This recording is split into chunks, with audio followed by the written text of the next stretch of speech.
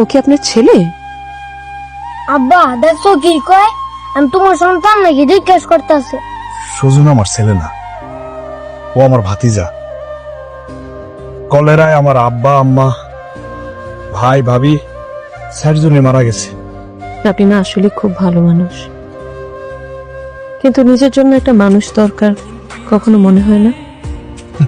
আরে তুই যদি রাজি থাকস, তার আমি একটা মেয়ে দেখছি, তোর সবকিছু মাইনেই বিয়ে করতে রাজি হয়েছে।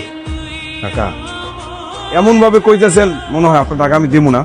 আরে দিবা দিবা কইরা তো এই গান আমি প্রতিদিনই শুনতেছি।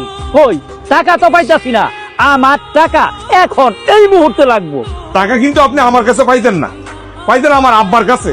আমার আব্বা তো মরে গেছে, আমি তো কইছি আব্বার ঋণ আমি পরিশোধ করে দিব। আমি মানুষের বাড়িতে কাম করি। আমার আব্বা মারা যাওয়ার আগে আমগো গ্রামের জলিল কাকার কাছে ৫০,০০০ টাকা নিছিল।